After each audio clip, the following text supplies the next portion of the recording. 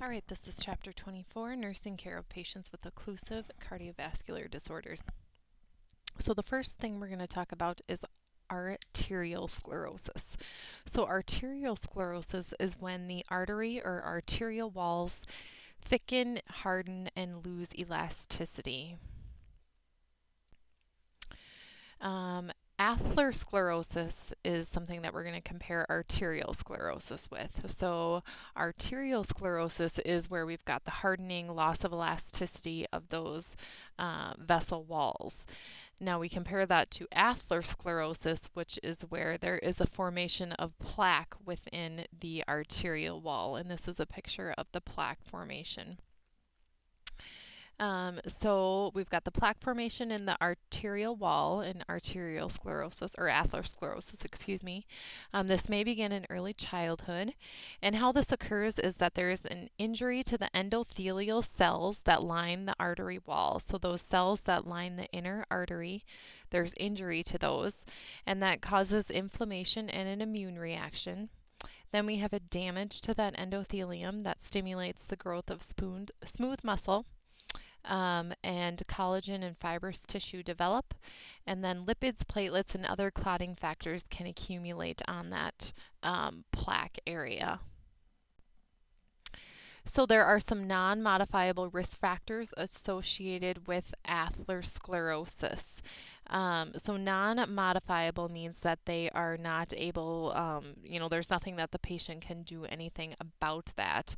So the first one is their age, increased risk with age, gender, ethnicity, and then also if a patient has a genetic predisposition for hyperlipidemia. So if they genetically just have more fats in their blood, then they're more at risk of this as well. So modifiable risk factors, those are things that patients can do something about, or something that can be changed, I guess. If the patient has diabetes mellitus, then they can't do anything about that once they're diagnosed. But if they have prediabetes or metabolic syndrome, that's something that they can do something about. And we covered that in the diabetes unit. Hypertension, if can control their blood pressure. Smoking, they can quit. Obesity, they can lose weight. Sedentary lifestyle, they can increase their activity to decrease their risk. And then increased serum homocysteine levels are also a modifiable risk factor. Other modifiable risk factors include serum iron levels, infection, depression, hyperlipidemia, elevated apolipoprotein B, and excessive alcohol intake. Diagnostic tests for increased coronary artery disease includes cholesterol. When that's elevated, that increases the risk. Low density lipoproteins, when those are elevated, that increases the risk. But we compare that to high density lipoproteins. When they're elevated, that actually has a protective factor on the patient's development of atherosclerosis. And a way to remember that the LDLs, those are lousy lipoproteins. We don't want those high. Those can cause problems. And then we have the HDLs, which are also our happy lipoproteins, is what we can refer to them as. They are protective. They protect against the development of atherosclerosis. Also, there's the cholesterol level elevated increases the risk. When the apolipoprotein B is greater than the apolipoprotein A, that increases the risk. And then if patients have elevated triglycerides, that also increases their risk. C-reactive protein, that is a test that shows inflammation. So if that is increased, that also shows an increased risk of atherosclerosis. And then elevated white blood cell count in women can also increase the risk. Therapeutic interventions for patients that do develop atherosclerosis includes a low-fat diet, and that can help to decrease the formation of plaque within the arteries that is caused by fatty deposits. So if we decrease fat intake and cholesterol intake, we can decrease that fat and cholesterol in our blood and decrease those fatty deposits on the plaque. Patients should avoid smoking because smoking in patients that smoke, their risk for coronary artery disease is 2 to 6 times higher. So we need to make sure that we are promoting patients to stop smoking if they do smoke. Exercise also increases HDL levels, or our happy lipoprotein levels, and remember those have a protective type effect. So exercise can help with that. And then lipid lowering medications. So there's medications like statins that help to lower the lipid levels in our blood. All right, so the next disease process we're going to talk about is coronary artery disease, and that's obstruction of coronary artery blood flow, and typically it's from atherosclerosis. And so our coronary arteries, those are the arteries that surround our heart and feed our heart muscle. So when those are diseased, then that heart muscle is getting a lack of oxygen and nutrients. And coronary artery disease contributes to angina, which is chest pain that we're going to cover in a little bit, myocardial infarctions, which are heart attacks, as well as sudden death. So to prevent coronary artery disease, we can, patients can lower their cholesterol intake in their diet and their fat intake in their diet. They can also take lipid-lowering agents like medications such as statins, that type of thing, to help prevent against coronary artery disease. Low-dose aspirin is also something that is used to prevent coronary artery disease, and that is a coagulant, so it's going to prevent our blood from clotting as easily, and then which will prevent platelets and things from sticking to those plaque formations. All right, we're going to go into angina pectoris. So what angina is chest pain. And so that's a symptom of ischemia. So that means a lack of oxygen and blood flow that is going to the patient's heart. So if we have lack of oxygen, lack of blood flow to the heart when the heart needs to work harder, during activity, that type of thing, it needs more oxygen, needs more nutrients, and those coronary arteries aren't able to deliver that oxygen and nutrients, and that can manifest as chest pain.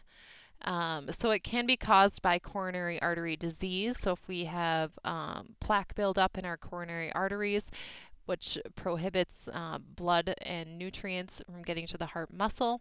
It can also be from vasospasms, so if those coronary arteries actually spasms, which impedes blood flow, hence oxygen and nutrient delivery, that can be problematic and cause chest pain as well.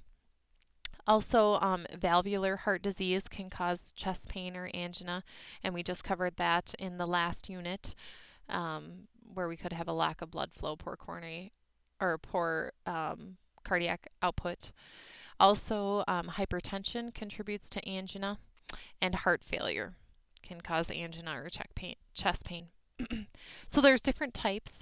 The first type is stable angina, and with that type of chest pain, the arteries cannot increase blood to the heart during increased activity. So when the patient increases their activity level, their heart needs to pump harder to deliver oxygen and nutrients, and work harder to deliver oxygen and nutrients to the rest of the body. Well, those arteries can't keep up with the oxygen and nutrient supply that the heart is demanding, so that patient will develop chest pain. Typically, stable angina will stop with rest or when they take a vasodilator. So if they rest, they decrease that workload of the heart because the heart no longer has to pump effectively to keep up their activity because they've stopped that activity, or if they take a vasodilator, which will dilate those arteries to help facilitate delivery of oxygen and nutrients to the heart muscle. There's also what's called variant angina or Prinzmetal's angina. And that chest pain is a longer duration. It sometimes occurs at rest, and it might occur at the same time each day. And typically the cause is a coronary artery spasm. So those coronary arteries actually spasm instead of So it's not due to a narrowing or anything of that. It's due to a spasm, and this can be very serious. So angina signs and symptoms, patients will typically have pain in their chest that is described as heaviness, tightness, vice-like crushing pain in the center of the chest. It's more common in the morning, and it might radiate to the jaw or to the left arm, that type of thing. Patients might describe it as that. Signs and symptoms, patients may also be pale, they may be diaphoretic, and they may be dyspneic, so they may be short of breath.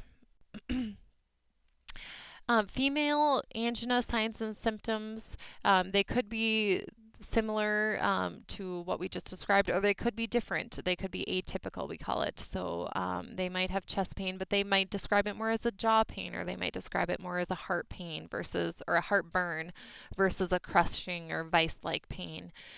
They will typically describe their pain as less severe, and they might just be fatigued or nauseous or breathless. So diagnostic tests, oftentimes they'll do an ECG, can do an exercise ECG where we stress the heart and see if the heart muscle can keep up with that increased demand.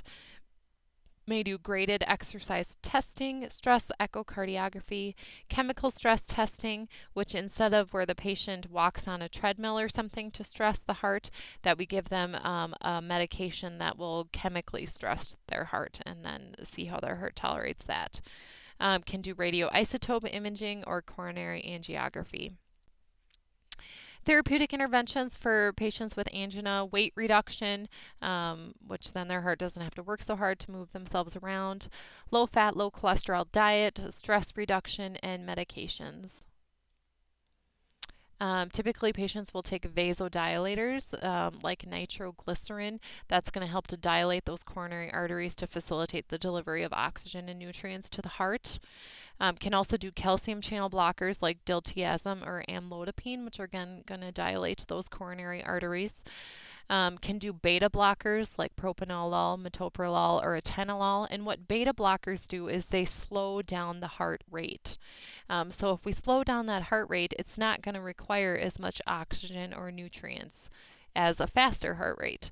So if we slow that heart rate down, we decrease the amount of oxygen and nutrients required by that heart muscle.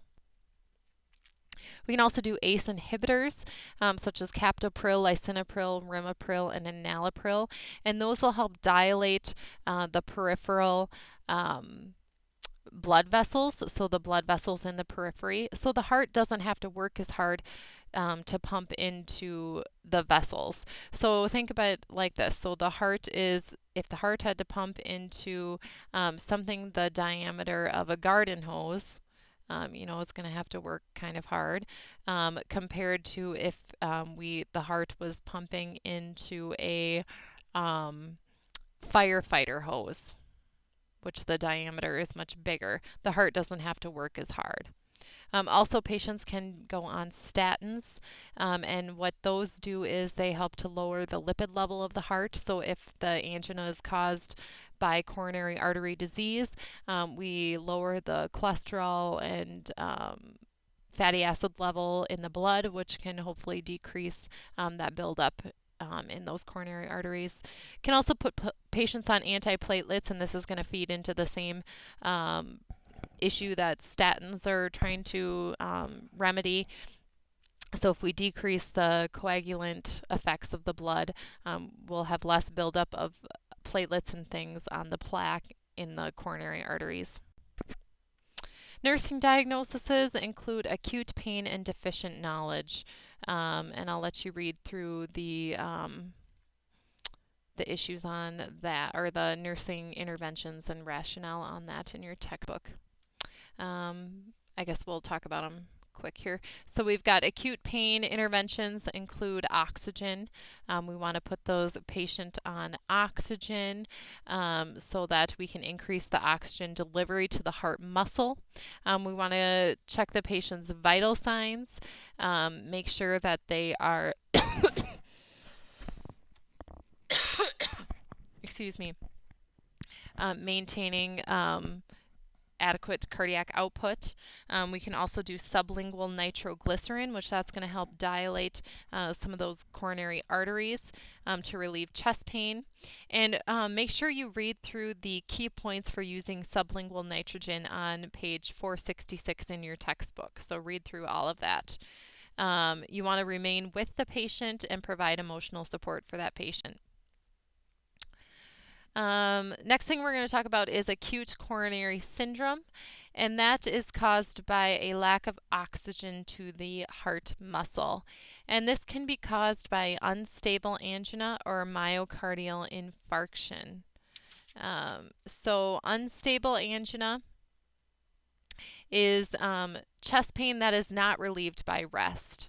And then a myocardial infarction is where there is actually a death or necrosis of heart muscle from the lack of oxygen and blood flow. So unstable angina, we're going to go into that. So that's worsening coronary artery disease, and it's where the chest pain is not relieved by rest. So the patient's doing some activity, brings on the chest pain. They still have chest pain even when they stop doing whatever activity. It can occur when they're just sitting at rest, and it has increasing frequency. And these patients are at greater risk of cardiac damage and death. Because remember that angina or that chest pain is indicating ischemia or a lack of blood flow. Oops, excuse me, sorry about that. There's two different types. There's non-STEMI segment elevated myocardial infarction, and then there's ST segment myocardial infarction. So we refer to them as a non-STEMI or a STEMI. A STEMI is the most deadly, and it usually indicates that there is a complete blockage of a coronary artery. So this is just a picture of, the coronary artery. So we're talking a occlusion of one of these arteries that feeds the heart muscle. So we've got the area, so we've got a blockage. This is the area of necrosis, the area of death.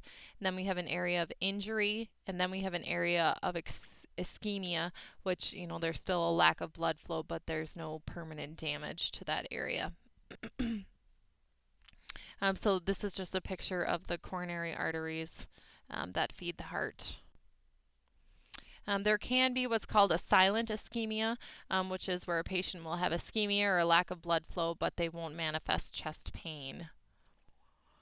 There can be sudden cardiac death, and that is cardiac arrest that's triggered by a lethal ventricular dysrhythmia or asystole from an abrupt occlusion of a coronary artery. So we've got a coronary artery that occludes right away, either from a thrombus or from an emboli that traveled and occluded the blood flow, and the patient goes into cardiac arrest. Their heart stops, and that's either from a ventricular dysrhythmia, which we'll go into that, or asystole, where there's no electrical activity in the heart.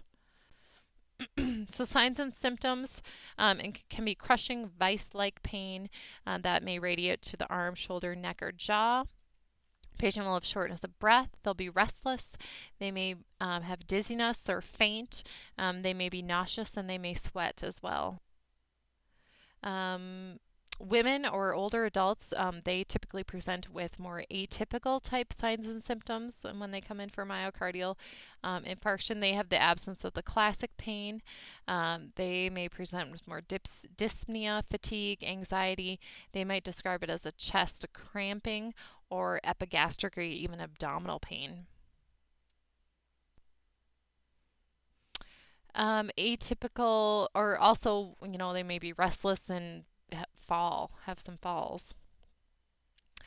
Older adults and myocardial infarction, they might report shortness of breath, fatigue, fast or slow heartbeats, chest discomfort.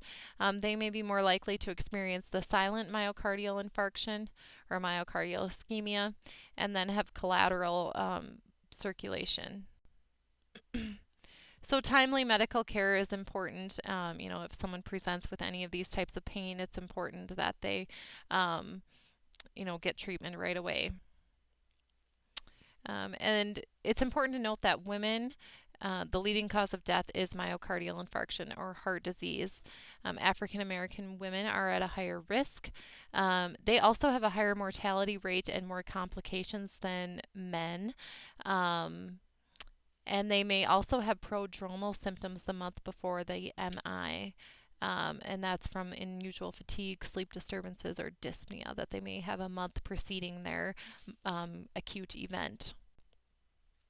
And pretty much the reason for women having more serious complications and having a higher incidence of death from myocardial infarction is because of the delayed treatment, and because they do present with more atypical type symptoms, which subsequently healthcare providers don't treat as aggressively as they would if presented with, some sort of, or the classic type symptoms, myocardial symptoms, infarction symptoms. So diagnostic tests, you can consider that patient's history.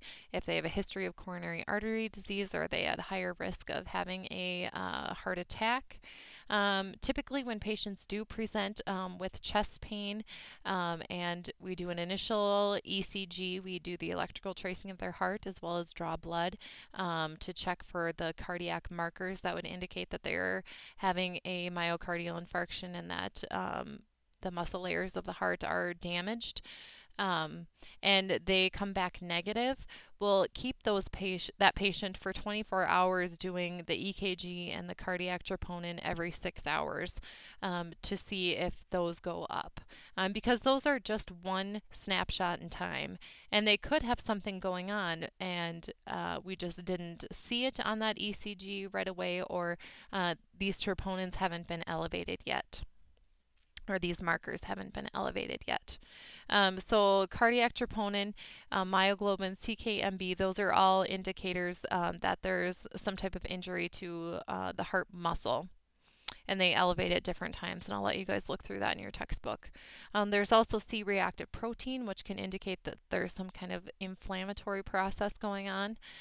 So it's important to look at that as well.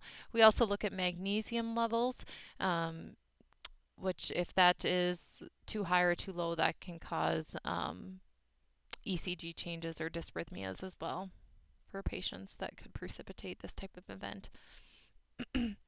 This is a picture of the ECG changes with an MI. So this is your P wave right here, and then we've got the QRST complex, or QRS complex, I should say, and then your T wave. So this is ST segment elevation. So between the S and the T, there's some segment elevation. If there's ST segment inversion, that could indicate that there's some kind of ischemia going on or lack of blood flow to the heart muscle. And then if we have this large Q wave and ST elevation, so here's the Q wave and here's that ST elevation, if we've got that going on, that could indicate that there is necrosis or a death of heart muscle. So pre-hospital care, prior to a patient presenting that, they think they're having a heart attack, they're presenting with all the classic signs and symptoms. You have to think that time is muscle. So they should chew one uncoated adult aspirin, and they chew that so it gets into their bloodstream quicker. And then also it will help to make that blood less likely to clot if it is from an occlusion, that hopefully that occlusion wouldn't get any bigger, that clot wouldn't get any bigger. They need to call 911 within 5 minutes of unrelieved chest pain. So if they have angina, say, and they sit down and rest, and that chest pain is not relieved, then they need to call 911, and they should not drive themselves to the hospital.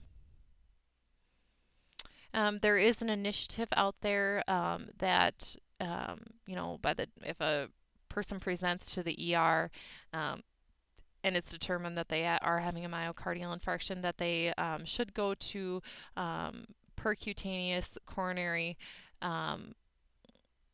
intervention within 90 minutes of when they present to that door. And what that intervention does, it helps to get rid of that occlusion, or it has a balloon that helps to get rid of that occlusion in their artery. Therapeutic interventions: when a patient presents with chest pain, we'll want to give them oxygen to maximize the amount of oxygen delivered to the heart muscle. We'll give them aspirin if they did not take it at home, so it's always important to ask if they took their aspirin at home or not. And if they didn't, then you can give them that aspirin to help prevent any occlusion from getting bigger, to help with the clot. Typically, we'll give patients morphine sulfate as well, and that we do that for two reasons. One is to relieve the chest pain. The second one is that it also helps to dilate those arteries to help facilitate delivery of oxygen and nutrients to that heart muscle. We may give the patient a thrombolytic, depending on the inclusion and exclusion criteria, which would bust up that clot in that coronary artery. We can give patients vasodilators to help dilate those coronary arteries to maximize oxygen and nutrient delivery. Nitrates are specific, or they work specifically on the heart blood vessels, so that's typically what's given. We can also give patients beta blockers, which will help slow down the heart rate, which will decrease the heart's demand of oxygen and nutrients. And then antidysrhythmics if they do go into some kind of life-threatening arrhythmia. Invasive procedures: we can do that percutaneous intervention, which is a balloon angioplasty. A balloon will be threaded on a catheter up through that coronary artery. It can go in through the femoral artery or in through the radial artery. And that will go up through, and they'll blow up a balloon to help get rid of that clot. And then they can also place a stent in that artery as well. And here's a picture of the balloon angioplasty. And then here's the stent placement. Patients will also be on bed rest and use that bedside commode because they'll decrease, we don't want to work the heart too hard, so we want to decrease their activity level, which will decrease their heart's demand for oxygen and nutrients. They may have an intra-aortic balloon pump, and we want to monitor their glucose level. If they're diabetic, we do their daily weights. They'll more than likely be on a low sodium clear liquid diet. We would also want to do the low fat, low cholesterol, low sodium diet, which will help decrease their cholesterol and plaque buildup in their heart. We want to decrease caffeine. Patients will likely be put on a fluid restriction. May start them on some kind of weight loss regimen, as well as telling them to stop smoking. And these are all issues that are going to help with the coronary artery disease, or all interventions that are going to help with coronary artery disease. Typically, when patients are come back from some type of myocardial infarction, they will be put on 4 different kinds of cardiac medications. The first one is antiplatelet type of medication, and what that will do is prevent further occlusions from occurring. It'll help prevent those platelets from aggregating together and forming some type of occlusion in the coronary artery. Also, patients may be placed on statins, which that's going to lower the blood lipid level, which again is going to hopefully prevent occlusions and buildup of plaque in those coronary arteries. Patients will also be put on ACE inhibitors, and what ACE inhibitors do is they dilate the vessels in the body, so the heart doesn't have to work as hard. So again, this is like the heart pumping into a garden hose versus a firefighter hose. So the heart is not going to have to work as hard if it's pumping into a bigger diameter vessel. Also, patients will typically be put on beta blockers, which will slow down the heart rate and decrease the oxygen and nutrient demands of the heart. Patients may also have myocardial revascularization done, and you can do this with a coronary artery bypass graft. So this would be where a vessel or vein is harvested from, say, the lower extremities, and that is placed in the heart to bypass a coronary artery occlusion. And what that does is it increases blood flow to the oxygen to the myocardium. So this is a picture of that. This is where the saphenous vein is harvested from the lower extremities, and then it's placed into the heart to bypass that occlusion. Patients can also do mid-cab, which is minimally invasive direct visualization of coronary artery bypass. This uses a thoracoscope and uses small incisions, so the patient doesn't have to be put on cardiopulmonary bypass machines. Only 2 coronary arteries, however, can be done at maximum. There's also port coronary artery bypass, which combines the peripheral cardiopulmonary bypass with minimally invasive heart access. Nursing diagnoses include acute pain, decreased cardiac output, activity intolerance, and deficient knowledge. And post-operative cardiac surgery nursing diagnoses include pain, ineffective airway clearance, impaired gas exchange, decreased cardiac output, risk for infection, and deficient knowledge. So nursing care when patients come out of a cardiac type of surgery, we want to make sure we monitor vital signs very closely, report any symptoms, and then also take care of their incisions. Patients will need to be educated on their disease, all of their medications, their diet, their activity, as well as their rehab, what they'll need to do for rehabilitation. And typically patients that come out of some type of cardiac surgery, they will be placed in a cardiac rehabilitation program, and what that does is it optimizes functioning of their cardiac muscle and kind of gets them ready for their daily activities. It typically begins in the hospital.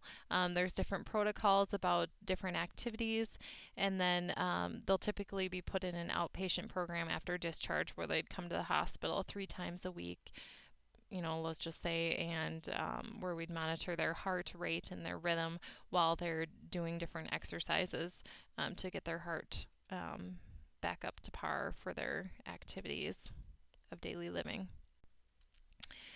Okay, so we're moving on to peripheral vascular disease. We can talk about arterial peripheral vascular disease as well as venous peripheral vascular disease. So periphery, we're talking about the vessels in the periphery, so in our body, not in coronary or pulmonary circulation. So the first thing we're going to talk about is arterial thrombosis or embolism. So remember, your arteries deliver oxygenated blood to your organs and tissues.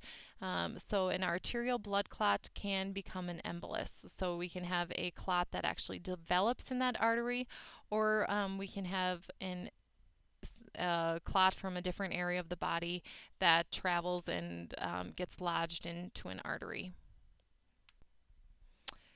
So when we talk about arterial thrombosis or embolism, patients will typically present with the 6 P's. So they will have pain, they will have pulselessness, they will have paralysis, they will have pallor, they will have paresthesia, and they will have pyrokilothermia, which is where the extremity becomes the temperature of the environment. So this is serious if there is a blood clot that is impeding blood flow to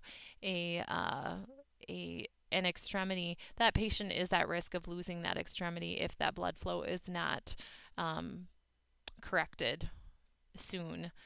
So you'll look at these 6 P's are an indicator. So therapeutic interventions, patients may be put on anticoagulants to help prevent that clot from getting any bigger.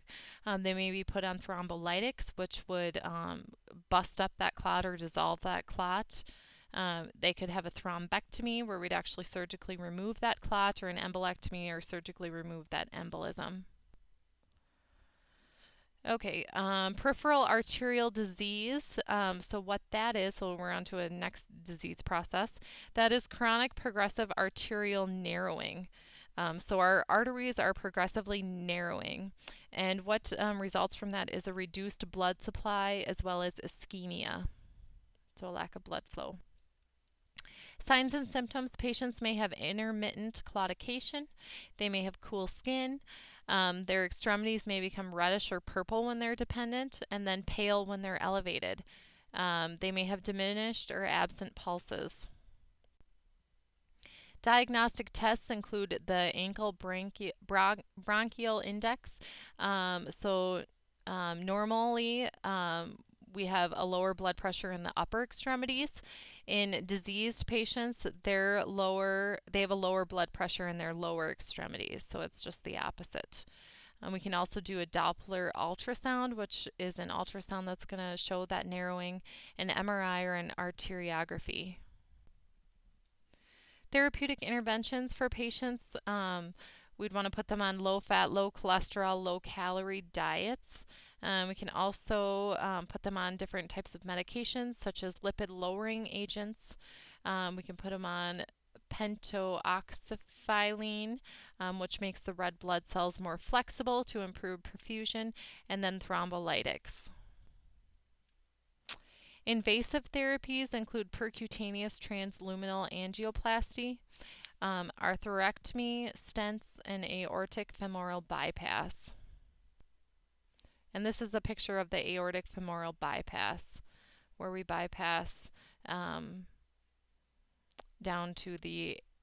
we bypass the narrowing. Nursing diagnoses include ineffective tissue perfusion. Should never elevate these patients' leg because, like, one of the signs and symptoms was if you elevated it, then the leg turns pale, and that could indicate a serious lack of blood flow. So don't elevate these patients' legs. You're going to just impede blood flow even further.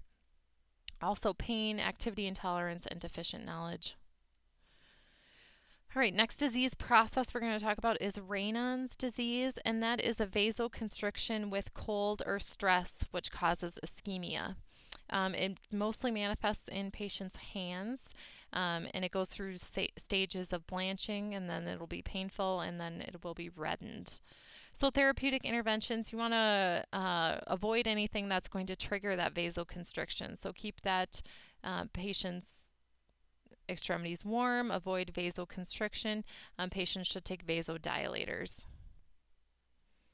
And you want to make sure that you educate the patient thoroughly on their disease process and how to avoid those triggers.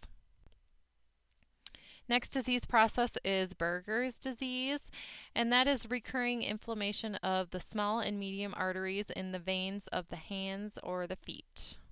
I should say.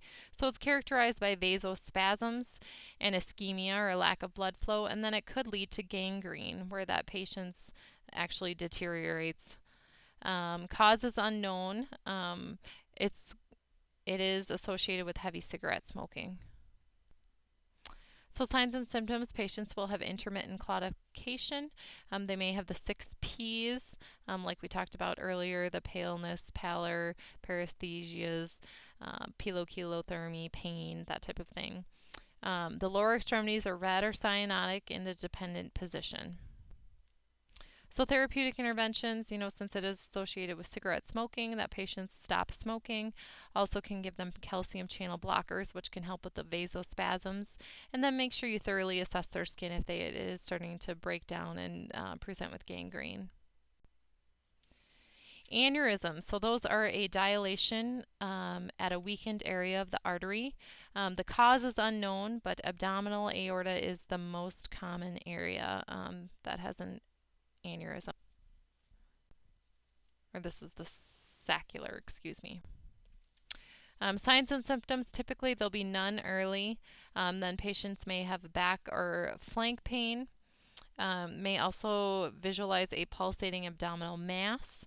And that aneurysm has a risk of rupture, which then the patient would present with severe sudden back, flank, or abdominal pain, and that would progress to shock. So that aortic valve is huge. It's very large. So if it ruptures, that patient is going to lose a large amount of blood very quickly. And if we lose a large amount of blood very quickly, then we run the risk of, lack of blood flow to our organs and tissues, and those shutting down quite rapidly, and the patient possibly going into cardiac arrest. So that is not a good thing. Diagnostic tests, we can identify these weakened areas on the CT scan, can also do an abdominal ultrasound or aortography.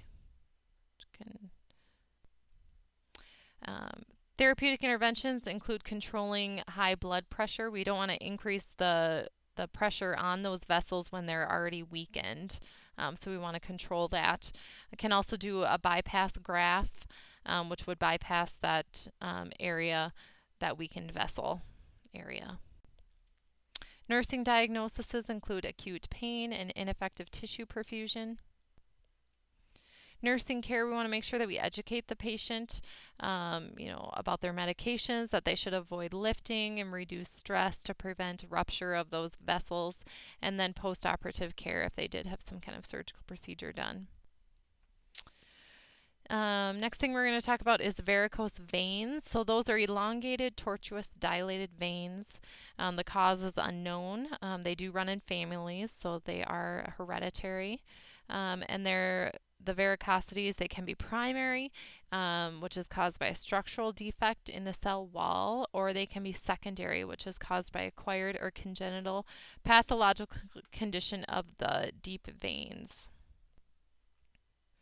So contributing factors to varicose veins include prolonged standing, pregnancy, and obesity. Signs and symptoms include disfigurement of the lower extremities. Patients may have dull pain, they may have edema, and they may have ulcerations.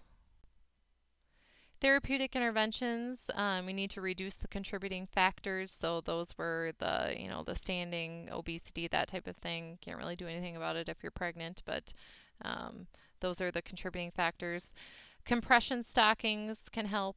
Injection sclerotherapy, radiofrequency ablation, laser, and surgical interventions are all therapeutic treatments.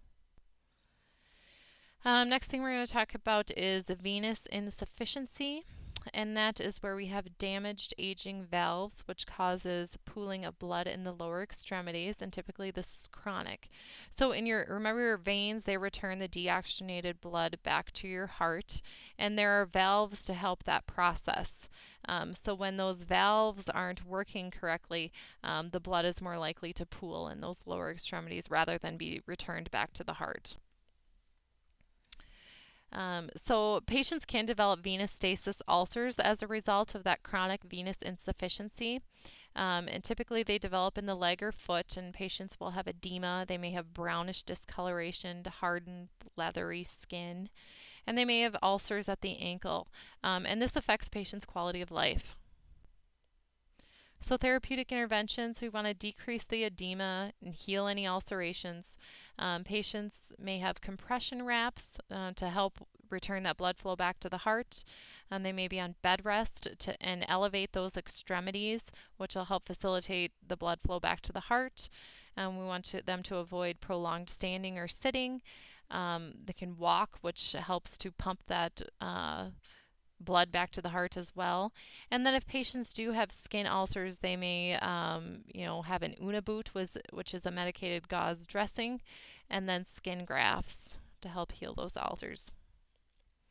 Nursing diagnoses for venous disorders include acute pain, impaired tissue integrity, and ineffective health maintenance. Nursing interventions include wound care and emotional support. Patients need education about elevating their legs, protecting their legs from injury. They should not cross their legs or wear tight clothing, which that can impede blood flow back to the heart. They should also avoid heating devices and apply compression from the foot upward. For vascular surgery, preoperative nursing diagnoses could include acute or chronic pain, anxiety, and deficient knowledge. Embolectomy and thrombectomy, where we surgically remove an emboli or a thrombus, and that's going to restore blood flow and oxygenation, and it can be a surgical emergency. So if we have some type of arterial type of thrombus going on, remember that is serious, and the patient is at risk of losing their limb if the blood flow is not restored. Vascular bypasses and grafts. A bypass, that is a graft that is sewn to an artery above and below the occlusion. Graft repair is diseased area of the blood vessel is replaced with the graft. There's also video-assisted aortofemoral bypass. It's going to be less invasive type of a procedure. We can do endarterectomy, which arterial sclerotic plaques are dissected or removed. The carotid artery is a very common location to have this done. Angioplasty, that opens plaque-blocked arteries using a balloon or a laser. Stents, they support artery walls to keep them open. Complications of vascular surgery includes bleeding and hemorrhage. So again, if the patient bleeds significantly and they have decreased fluid volume, that can lead to a lack of blood flow to organs and tissues, causing shock. Can also have reocclusion, hematoma, neurological dysfunction, or volume deficit, fluid volume deficit. Post-operative therapy interventions, it's going to be very important to do neurologic checks to make sure that they're getting adequate blood flow and adequate oxygenation. Also neurovascular checks, specifically patients that have some type of arterial clot and they have a surgery to restore that blood flow. You want to make sure that the blood flow is actually restored. So check the pulses, check the temperature of that extremity, make sure that blood flow is restored. Incisional care is going to be important, as well as monitoring fluid status. Post-operative vascular nursing diagnoses include pain, ineffective airway clearance, risk for infection, ineffective tissue perfusion, and deficient knowledge. Next thing is lymphangitis, which is inflammation or infection of the lymphatic channels. So that can cause pain, red streak, chills, and fever. Patients will typically be put on antibiotics. They may also have, we might apply heat to the area, elevate that area, use pneumonic pressure devices, and then monitor the site of that lymphangitis. Nursing diagnoses include acute pain and risk for excess fluid volume.